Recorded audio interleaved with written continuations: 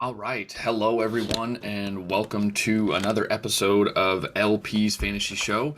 I am LP, Dagan LP to be exact, and this is kind of an impromptu recording here. I decided to just kind of record last second. It is Sunday here today, and I usually do a show on Saturday, but had busy plans this weekend, and so Sunday seems to be the day we're recording here.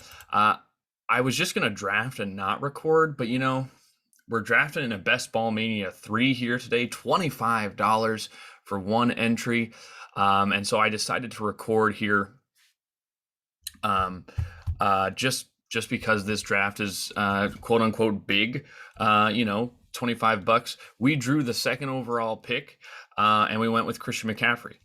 Um, really wanted to mess around with possibly drafting a wide receiver here, because I really like the 2-3 turn, especially the running backs available at the 2-3 turn. You think about guys like Nick Chubb and Saquon and Leonard Fournette and Javonte Williams, even Alvin Kamara is falling down to the 2-3 turn here. And so I did find it pretty interesting to start with a wide receiver early pick and come back and double up on running back, or even just go one running back, especially if it's Saquon, and feel good about like a hero RB kind of build. But we had the second overall pick, and I've been kind of not necessarily honing this strategy over the last few drafts, but taking McCaffrey or whatever running back is available here. I've just gotten a ton of early picks. I can kind of show y'all here. These are my exposures here. I don't want to talk about that yet. I'm going to talk about that in a future video here. And I'm also going to go over, I've done a couple of drafts that I have not recorded, and I want to go over those. But if you look here in the puppy, I drew pick 2, pick 1, pick 3, pick 6, which is kind of late, and then pick 2. A lot of early picks. Even in Best Ball Mania 3, I've already had I've had the 102, and the rest have kind of been in the middle, at least for Best Ball Mania 3. So while I have been deploying certain strategies with my early picks in the puppy, I have not gotten the best chance to do so in Best Ball Mania 3. So I figured I'd stick with what I have been doing, rather than switched up here. The puppy did close really, really fast, and it's not hard to see why. It's only $5 to enter in a draft. We're still a few months away, couple months away from home league starting to build up. NFL season's closer, and so draft season's really going to start to ramp up. But wow, someone took Barkley at 16. What the hell is that? That's really bothering me. Okay. So our strategy has been kind of kicked out the window. I was definitely going to be taking Barkley there, and he was a big part of my strategy. But since he's not there, we've got to switch things up. Something I did try in my last draft was took Barkley at the end of the second round, just about here. Wait. Oh, sorry, just about here. Actually, literally right here. Okay, so Deebo Samuel goes. Man, this is really tough. I don't really know what to do here. I think I'm going to deploy a hero RB strategy here, and I don't have any shares of this guy. And so I'm going to take, well, you know what? I like this guy. Oh, I just messed up. That's fine. Okay, we took Tyreek Hill. I think what I should have done is taken T. Higgins and then A.J. Brown, because Burrow tends to fall for some reason to the back end of the fourth or of the sixth. So I kind of wanted to do that. T. Higgins gets taken. I have a lot of shares of AJ Brown, and I just don't feel that great about it. I mean, I do, but I don't want to like keep investing on him. I don't want to be like too in on one guy. Let's just see what this guy does here at 213, or I'm sorry, 3-1. So he goes Pittman. Man, Pittman has just been really, really, really rising. I do want to take AJ Brown here, but I also want to take Kyle Pitts because tight ends have not been that kind to me, but we're going to go AJ Brown.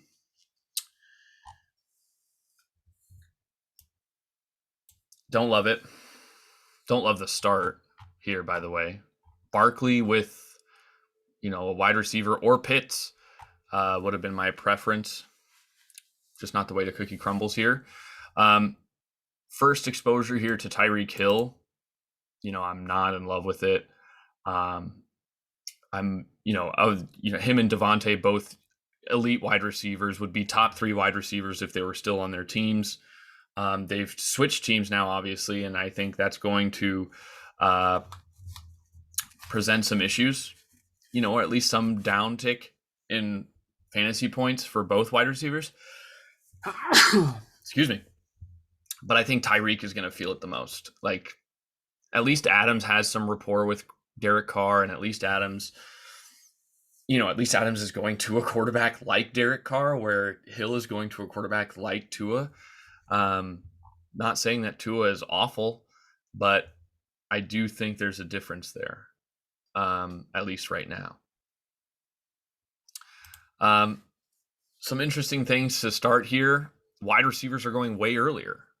Weirdly enough, I felt like some of the running backs fell further than they usually do. But this draft is already skewing wide receiver heavy. 2 wide receivers here, 2 wide receivers start. This guy went Mike Evans in the first round. Wow. I honestly think that's fine, and we're honestly seeing some different strategies here. This guy is kind of zigging while everyone is zagging. He's going 3 running backs that are really, really strong. Kyle Pitts falls 30. Is that a fall there? Justin Herbert is the first quarterback taken. Wowza. Things are getting weird here. Something that's happened in my last couple of drafts, and I just kind of noticed as to, why Herbert just went as the number 1 overall quarterback. Kyle Pitts falls too. Something I've noticed is stacking. Not that I've gotten away from stacking, but I've found it harder to stack, just based off of the outcomes that I've had. And so, I haven't been stacking as much as I've wanted to.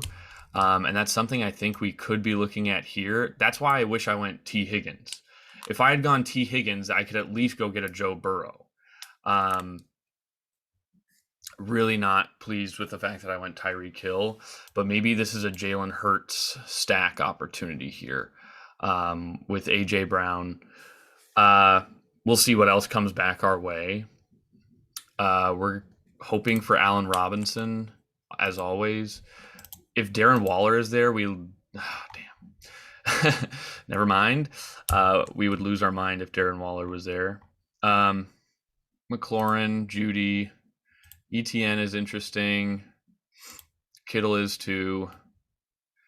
No Mark Andrews, so Lamar is kind of meh to me. Could go Rashad Bateman and Lamar Jackson there, so get a stack there. I also like Dobbins here. We're going to be picking at 47 and 50. Man, Allen Robinson is going earlier and earlier with every single draft. He has really risen. He's up into this range here. So it's not super shocking to me. So there goes Allen Robinson. So we lose out on our first draft almost ever not taking Allen Robinson. Really, we're getting sniped here, and it's not feeling good. McLaurin's ADP, I think, is going to continue to fall. I really don't know what to do here.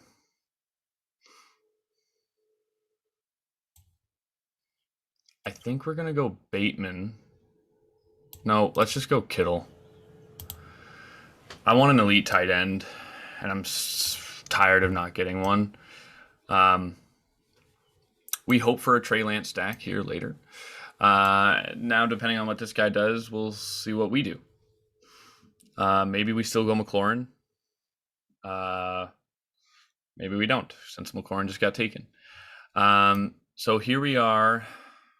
We have Bateman, Lamar, and Metcalf. We have Breece Hall. We've got Dobbins. I think I'm going to take Dobbins here. I don't have a ton of Dobbins, and I'm not really against it here as my RB2. I hate that I took Tyreek Hill. Just hate that I took Tyreek Hill and not T. Higgins or AJ. I'm happy I got AJ Brown, but let's see what else I could have done here. Tyreek fell a little bit to me. How much did he actually fall by? 3 picks. Not that great. Wish I went T. Higgins, because then I could maybe take Burrow here at 71. Where's Burrow's ADP? Yeah, that would have been good, honestly. We're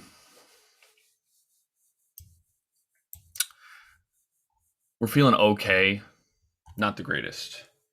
I will say it's hard to feel good about some of these drafts sometimes, especially one with people that are reaching and going after their guys, so to speak. I'm now mixing up a salad here because your boy hasn't eaten yet. I promise not to chew into the mic. I promise to try not to chew into the mic. I think my next steps here are hopefully Jalen Hurts. If not, yikes. And maybe we just kind of go for what I did in my last draft, which was like 3 average QBs rather than 1 elite.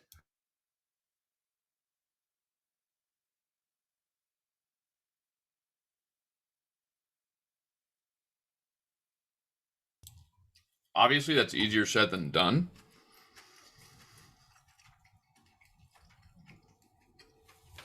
We're still a lot of picks away. I knew that probably wasn't the case. So here's my problem. I don't take Chase early. I don't take Higgins early, or at least it's rare, because I really like getting McCaffrey at 2, and I think I got McCaffrey at 3. And then on the 2-3 turn where Higgins is going, I like taking Barkley, and to me, AJ Brown is more enticing.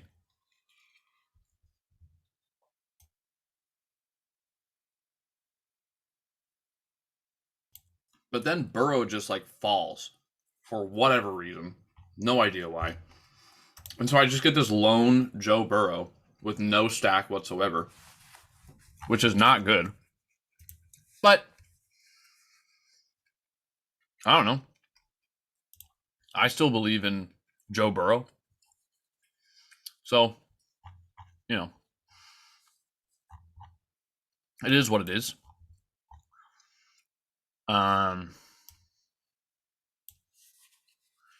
Let's see. This guy does not have a quarterback behind me, and he has T. Higgins. Ooh, I'm going to mess up his day today so bad, man. So bad. Unless this guy, someone took Chase. Who took Chase? This guy's got Mixon. This guy's got Chase. Oof, this team could be really good. He's going to have Chase, Robinson. I like his running backs. He's going to take Burrow right here, probably, right? I think it'd be dumb of him not to take Burrow here. The fact that you can get probably the number 1 quarterback wide receiver stack in Best Ball Mania 3 at Underdog for the cost of a first and a 6th, like a late 6th, maybe even arguably a 7th. Come on.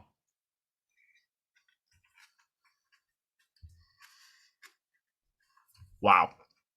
This dude took Treylon Burks. Wow. And I'm already chewing into the mic.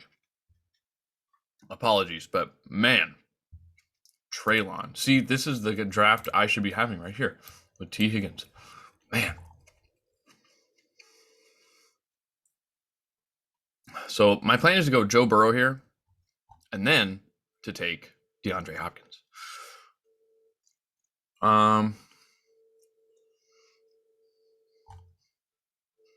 And hopefully Tyler Boyd later. Man, see, like, there's no stack whatsoever that I have. No stack. I guess I hope to take Trey Lance. I'm taking Joe Burrow. Like, it's not just to mess somebody else up. It's like, this guy could be the quarterback one to me. I don't know. I don't know. I've talked about Joe Burrow before. His situation only got better. His wide receivers' ADPs are rising. And yet this dude's ADP is falling.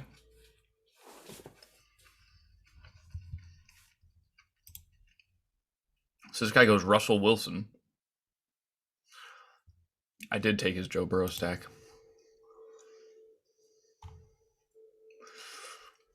Come on, we're hoping for DeAndre Hopkins here.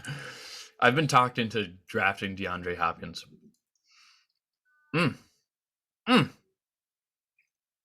Dalton Schultz. I've been talked into drafting DeAndre Hopkins. I wish I hadn't been, but I have been. Because a player like DeAndre Hopkins, while he did not perform the best last year, I get it. His ceiling was kind of capped because we saw Arizona really spread the ball around. And so Hopkins wasn't getting the target volume that we're used to. But Marquise Brown is a great addition to that offense. Should just make the offense better in general. And DeAndre Hopkins, to me, is still DeAndre Hopkins. And you can't double him, really, unless you want to get beat over the top by Marquise Brown. And so, DeAndre Hopkins is serving a suspension early on in the year. I get it. Totally understandable why his ADP has fallen. But if this team works out and I'm in the finals and I have these three wide receivers at my disposal, that sounds pretty enticing to me. So Trey Lance is going higher and higher and higher. One of the things I talked about in my last videos was Trey Lance's ADP is skyrocketing, which it should be. And everybody else's ADP, at least all the other QBs, their ADPs are falling. So I really wanted Trey Lance there. Man, Ayuk is falling. What's up with that? And Hunter Renfrow. Interesting draft. And we don't even have the Matthew Stafford stack. Man, this draft is really, really shaping up to be a freaking clunker. Let's just see what happens here. We're about 7 picks away. Still a lot of picks to happen.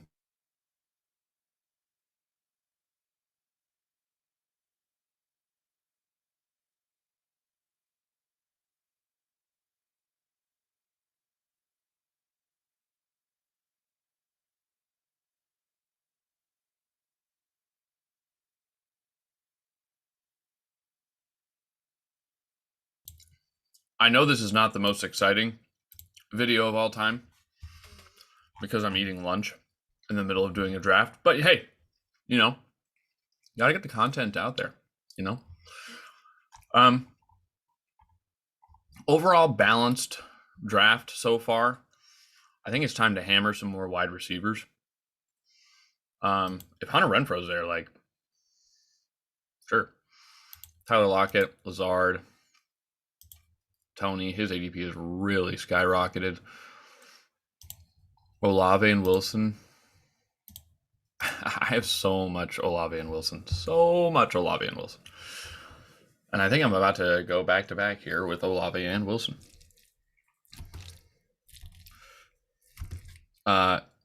This turn is really nice for me. One of the reasons I like having an early pick is the 8-9 round turn. I love so many of the options there.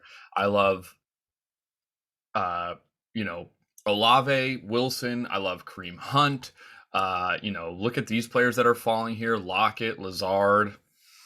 Stafford is here, Goddard is here, like Dawson Knox. There's so many options. Claypool is here.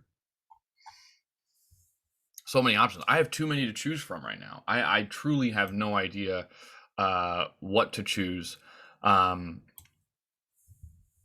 going to make my life difficult here. I think, though, I know I'm going to be taking 2 wide receivers because I like some of the later round running back picks.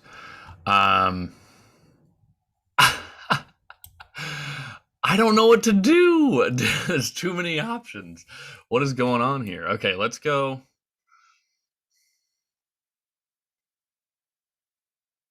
I truly don't care about the ADP, and I really care about this.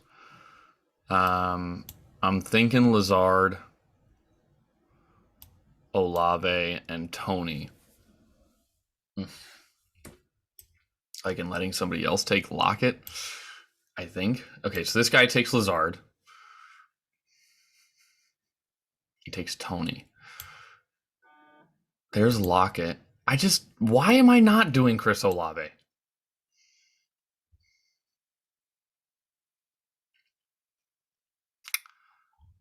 Goodness me. Okay. I got to stop doing this. Round 8 and round 9, I'm taking Wilson and Olave like way too often. But it's just too enticing. There's just no reason I should be able to get these guys at the 8-9 turn. It's unreal. And for some reason now wide receivers are falling. I think it's because wide receivers were so heavy before. I don't know.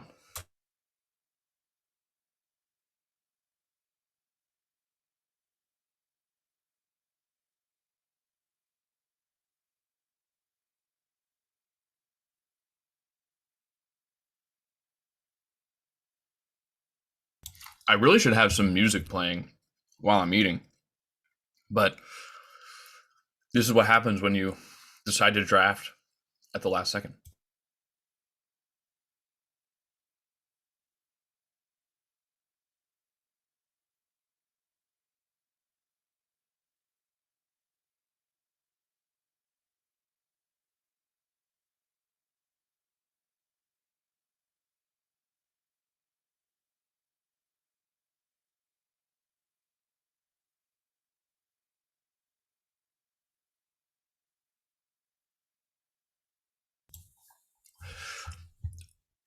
The Tyler Lockett hate is really getting out of hand.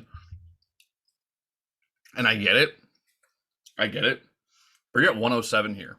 This is 16 picks after ADP. Robert Woods just went before Tyler Lockett. How? Robert Woods tore an ACL last year. Everyone's worried about J.K. Dobbins and Chris Godwin and Odell Beckham. Robert Woods tore his ACL last year, and we're going to take Robert Woods before Tyler Lockett.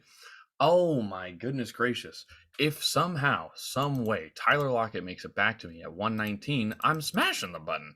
That's like 30 picks ADP.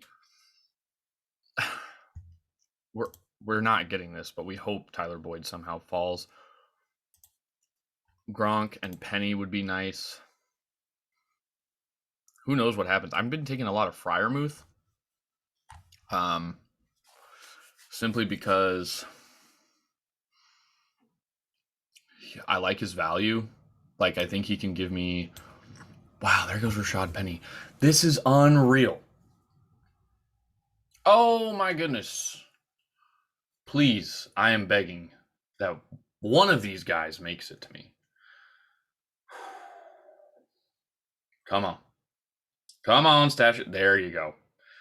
No, god damn it. This guy got Tyler Lockett at 117. That is 17 plus 9 is 26 spots. That's 2-round discount. Please do not take Tyler Boyd. You don't need him. You don't need him. this is about one thing only for you, Mr. Universal God. It is taking Kenny Galladay. That is fine with me. We got a stack. Let's go. Tyler Boyd. Okay. Now we don't feel too bad about the Joe Burrow pick. Also, man, look at that ADP. Also, if something happens to Higgins or Jamar Chase, no. Oh, I think Tyler Boyd smashes if something happens to them. If something happens to one of them. Okay, so we've got to scramble here. This is low-key nice. I like this. Pierce is kind of interesting. Okay, so here is my conundrum. You know what? I'm just going to do this because this has to work at some point. Is Jamison Crowder going to be healthy? That's a good point. A fantastic point. Okay, we're taking Jamison Crowder. If Jamison Crowder hits, he's going to be fantastic. Could be a Cole Beasley type. But the reason I took Jamison Crowder here is because, as I talked about in my last video, oh no, I even have the tab open right here. The Bills play the Bengals Monday night on the last week of the year. And after getting a Burrow Boyd stack, I wanted a Buffalo kickback. So I went with Jamison Crowder. I don't think there's anybody else on a Buffalo roster that's really worthy of a selection here. You know, maybe Khalil Shakir by the time week 17 comes around, but that to me is just, that's more hoops I think you have to jump through, or logical leaps that you have to make in order to get Khalil Shakir on the field and playing well. So, to me, Jamison Crowder fills the Cole Beasley slot flawlessly, I think. And so, maybe I could have went Dawson Knox back at, where was I? At the 8-9 turn, so like here. But I'm honestly okay. Like, we took Kittle early. Not early, but you took Kittle assuming he's going to be that elite tight end option. Excuse me. I really like my wide receivers right now. I'm honestly okay. Like, if I did not draft another wide receiver, I would not be upset. We're now looking for, if Dobbins plays well, that's great. We're looking for, though, other running backs to hopefully fill that RB2 spot. We're banking on Christian McCaffrey being our number one, right? So I think we need to go with the tight end options limited. We need to go with two more, probably. We could go one more. And even, maybe going Justin Fields would have been nice there, and I could get a Cole Kmet stack later. I do actually kind of like that and wish I did do that. But I'm also not a... There's Jahan Dotson. Here we go again. I'm going to get Jahan Dotson again. So we need to go Jahan Dotson and like another tight end or another quarterback or a running back. Who do I have? Trevor Lawrence's ADP is really, really falling. Okay, so there's 18 spots. If I take a wide receiver here, that's 8 plus, that's 10, 12. That means 6 spots left to fill maybe 4, 1 and 1, or 3, 1 and 2. If we get Jahan Dotson here, we smash. Smash the pick. I've talked about Jahan Dotson all the time. He's one of my favorite players to draft. And honestly, will just stop me from taking any other wide receivers for the rest of the draft. But if Jahan Dotson to me is my wide receiver 8, I'm pretty happy about my wide receiver group. And there's Jahan Dotson just falling again, and we take Jahan Dotson. Henderson is evidently dealing with something. I'm kind of into Tyler Algier here. I don't have many other options for running backs. Khalil Herbert's ADP is really, really high. I feel like didn't used to be that high. We're picking at 146. We pick again at 167 and 170. Um, do we want Cole Kmet? Do we want David Njoku? We're picking at 146. Do we even want Cole Kmet? Like, what's the point of Cole Kmet? Like, I feel like I could be taking Tyler Algier here. I'm going to take Cole Kmet, though. I can't believe I'm saying this, but we're taking Cole Kmet. And then we're stopping at tight end. Because if we take Cole Kmet here, we're banking on him like exceeding ADP, which I was not bullish on Cole Kmet at all. But as time has gone on through this offseason, I've seen some more stats about Cole Kmet, how well he actually played last year in terms of his per game, per route kind of statistics. And there's not like a ton of target competition in Chicago. And the only other tight ends I'm really thinking about are maybe like Albert O, Noah Fant. Anything other than that, I'm not really thrilled about. Taking Cole Kmet here allows me to take only 2 tight ends, I think. It's now time to smash running backs in these later rounds here. We just picked in the 13th round, we picked Cole Kmet. And so with that means there's 5 picks remaining, 14, 15, 16, 17, 18, 5 picks remaining. 4 of them should be used on a running back. 1 of them should be used on a quarterback. That gives us a 2-6-8-2 build. I'm okay with that. Especially with the talent I have at wide receiver. I think going so wide receiver heavy in these last few rounds, literally from round 7 to round 12, I went wide receiver. I took 1, 2, 3, 4, 5, 6 straight wide receivers. I honestly think that helps me make up. Not that I should be planning for this, but the fact that I took Tyreek Hill instead of like T. Higgins or even Michael Pittman, the fact that I took Tyreek Hill and don't feel great about it, and DeAndre Hopkins and don't feel great about it, I feel really good about my wide receivers 4 through 8. Really, really good. So I'm pretty happy with how this draft has turned out. It didn't start out that great to me, but I'm honestly okay with how things have transpired so far. The next step here is to take running backs. So looking ahead as to what particular options we could be looking at here. The Underdog Fantasy Show just released a new video recently talking about Khalil Herbert. It wasn't solely talking about Khalil Herbert. I think it was talking about ADP discrepancies that they see, and Khalil Herbert was one of them. They definitely talked me onto this one a little bit. I'm not thrilled, with taking Khalil Herbert here, but I do think if something happens to David Montgomery, that he is an interesting play. I was looking at my exposure earlier before this draft, and I have a ton of Jamal Williams. I think he's kind of interesting. We're definitely taking Deontay Foreman, definitely. Even though we do have McCaffrey.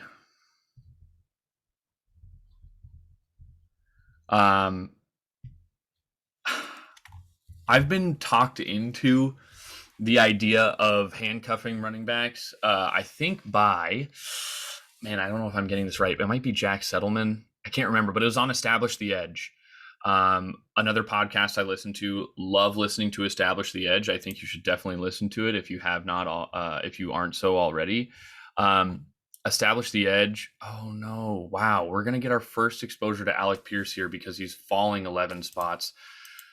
No, Matt Ryan is already taken. I'm assuming. There he is, right before my pick. Okay, should I be taking Alec Pierce here? That is a fantastic question, and I think the answer is no. It kills me to not take Alec Pierce here. We're gonna take Gus Edwards. Even though we already have Dobbins. But how in the world are we... man. Okay, so let me talk about a couple of things here. What was I talking about before this? Oh, handcuffing running backs. no other team is doing so, right? No other, not many owners and not many drafters are handcuffing the running backs, because what's the point? You're kind of like wasting a pick almost. God, what do I do? Like Alec Pierce and Robbie Anderson to me are absolute values here. Um, like maybe we just get unique. Man, this is hard not to take Alec Pierce, and I'm not going to. God, that kills me. Kills me not to take Alec Pierce there. Okay, so why handcuffing running backs might be a good thing. Getting unique is a good thing. Or why handcuffing running backs might be a good thing. Getting unique is a good thing, and not many drafters are going to be handcuffing the running backs, because in best ball, you're basically assuming, especially with these big old tournaments, that the players you draft early are going to be smashing. You want to be assuming you're right rather than assuming you're wrong. I think it's okay to assume you're wrong sometimes, especially with like individual player picks. But in terms of how you build your team, you should be assuming that you're right on your picks, so that you're going to hit on your picks, because otherwise you're kind of working against yourself in a sense.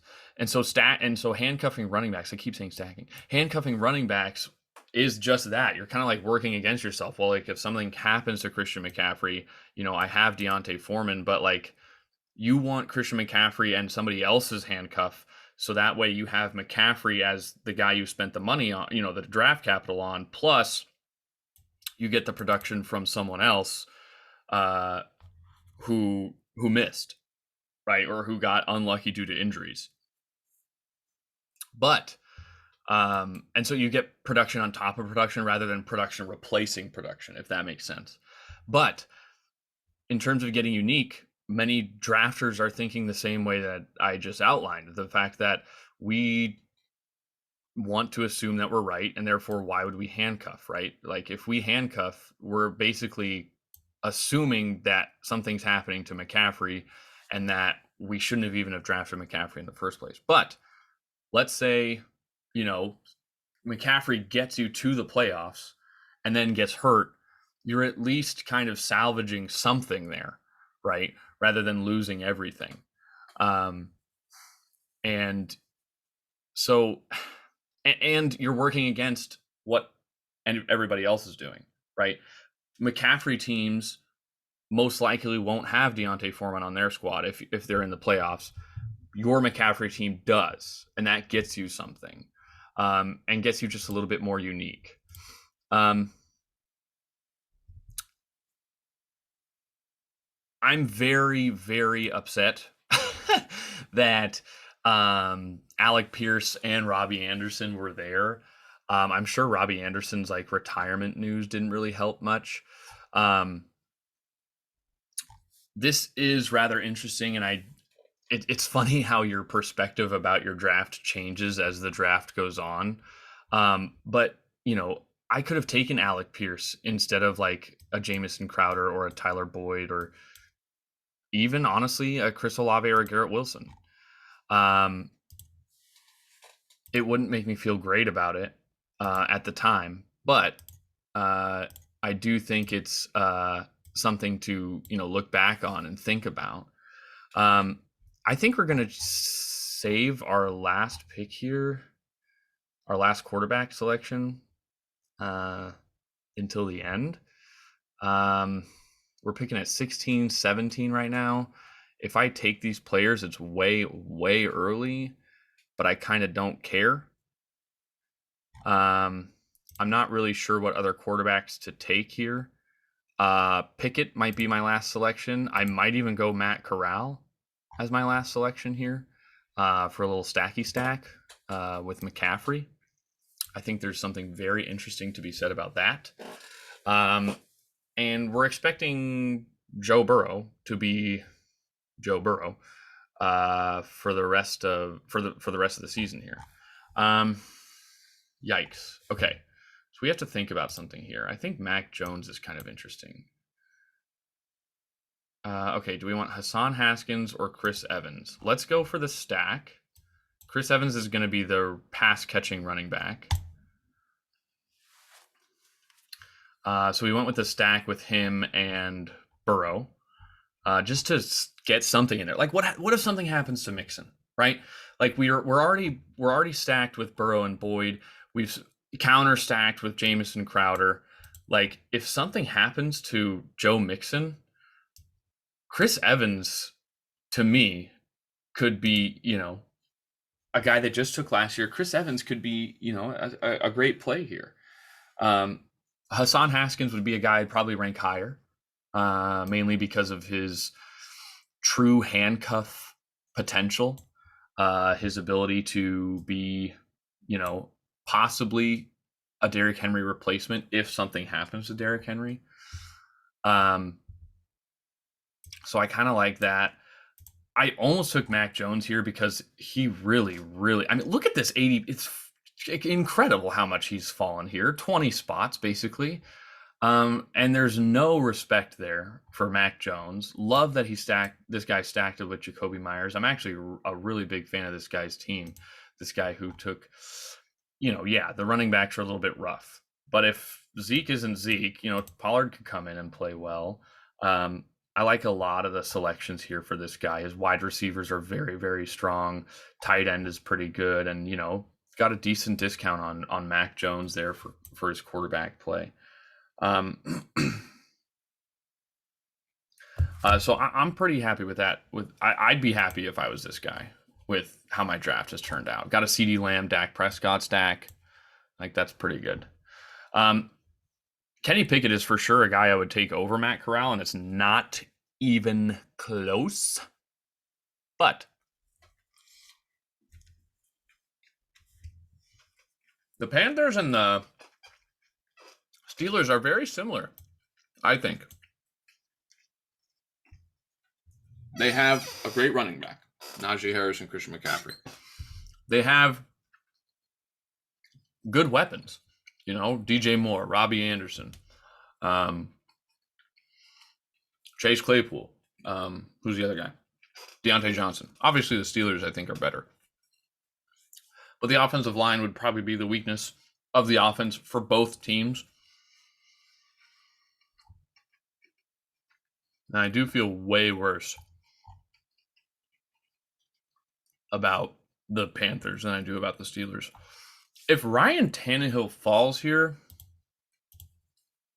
might be too good to pass up.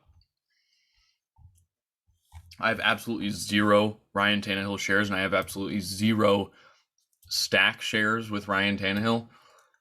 So I'm secretly hoping somebody takes him.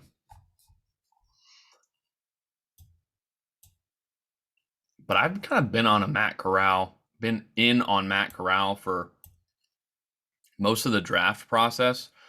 Is this guy? Oh, this guy took 4 quarterbacks. I kind of understand why, but yikes. Come on, take Tannehill. Just take Tannehill. Take Tannehill so I don't have to. Okay? Like, if Tannehill's going to go undrafted, good Lord, this guy probably won't take him either. I like this guy's team a lot too. Velus Jones, good Lord. So, I do find the end of drafts to be very, very odd. Man, I can't believe I'm going to do this. I do not want to do this. But I do not see another option here. He might not play. I think there's some hidden upside here. Matt Corral for the stack. Here we go. Okay, that finishes that. That is a full draft in the books. Another Best Ball Mania 3 draft. I'm not in love with the team, if I'm being perfectly honest. I'm not sure it's possible to be fully in love with the team.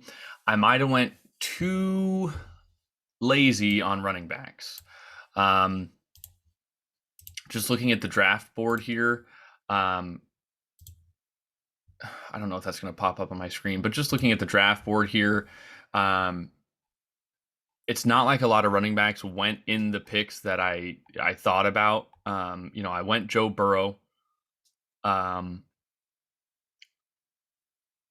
instead of like Gibson or CEH or Elijah Mitchell. I think CEH would have been a good pick here, maybe instead of DeAndre Hopkins, or taking him uh, instead of Burrow. Um, just got sniped on a few early picks.